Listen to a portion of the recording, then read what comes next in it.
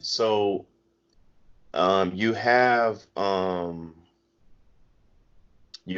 a African.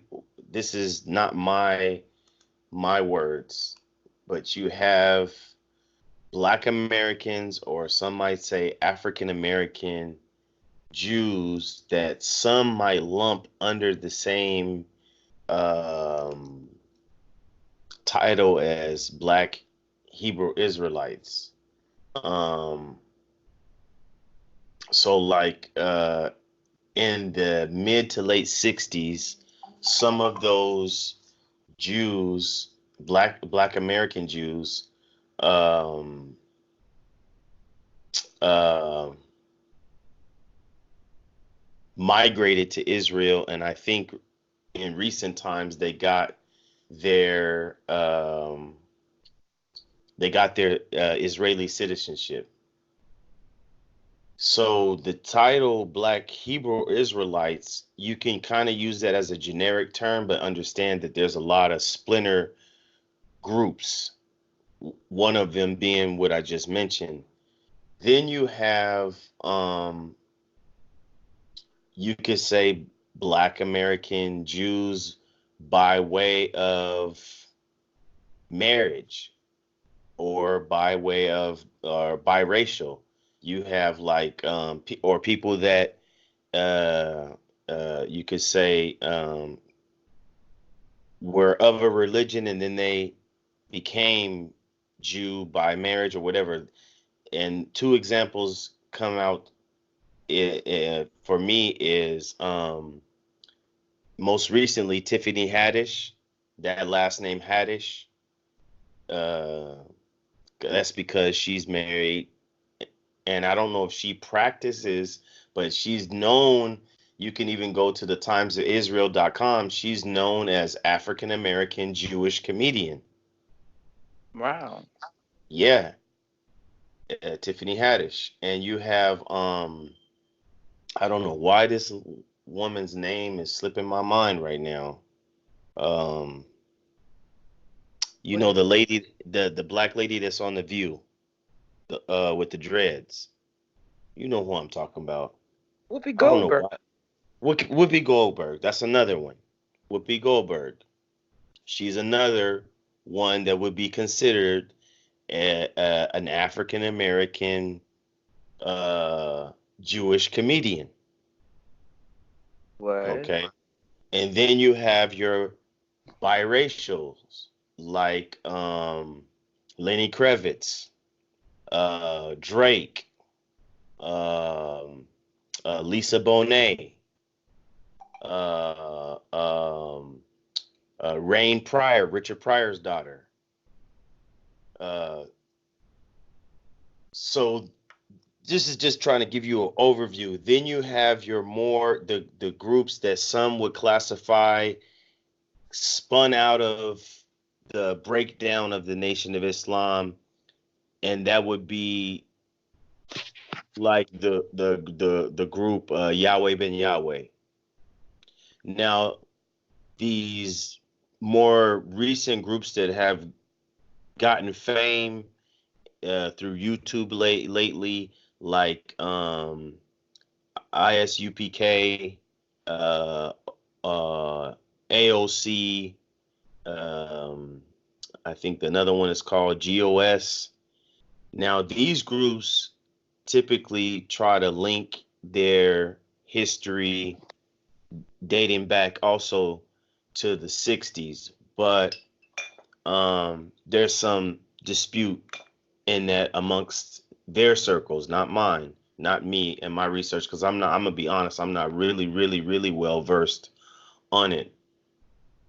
So now I need a question to keep going. Okay, so in general, with all of these random things going on in the news about the stabbing in New York, and about the shooting in New Jersey, how do you feel as though they're about to start coming after these people? Like, what do you think the repercussions of this is? They're already getting labeled with hate crimes, but what else could they possibly implement? Well, like I was saying to you offline, Mm-hmm. one of the things the couple sources that I like to read is foreign policy and the Southern Poverty Law Center, Mm-hmm. and the another one I'll say is the Anti-Defamation League, because these three entities do intelligence reports, and as it relates to the Black Hebrew Israelites, even before the BIE came out, the Black Hebrew Israelites, along with a lot of other groups, were already on the radar. So then we get the BIE designation from the FBI, and well, I think that was what, 2013, if I'm not mistaken, and that's when they're but the you have the report, so the report is basically directly linking that to police retaliation. But how now it seems like there's a focus on number one, New York, and number two, or furthermore, Black Hebrew Israelites.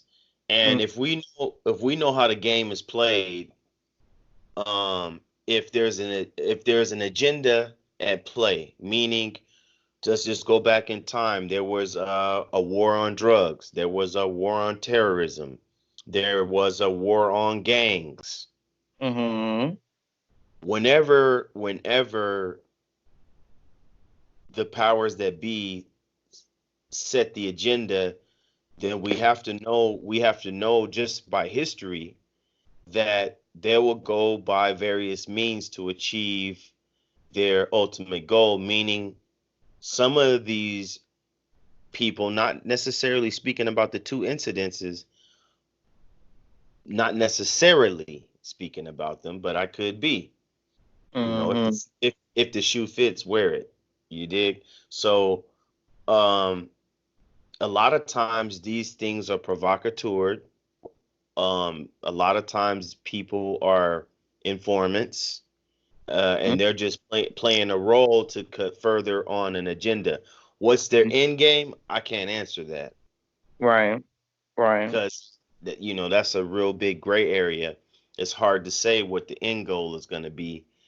Okay. But if the focus is on Black Hebrew Israelites and you're not hearing about the BIE, but I think these things are related, because a lot of these groups preach that uh the the typical white Jewish American is not the real Jew. They use the rhetoric that the white man is the devil, and I'm not saying all the groups, but in general, speaking generically, um, that's pretty much the rhetoric, and you can see that on YouTube. So I believe, based on those events, because those events look very, very sketchy, there's a lot of questions that could be asked about all the events. You have the lady who um, attacked three Jewish women.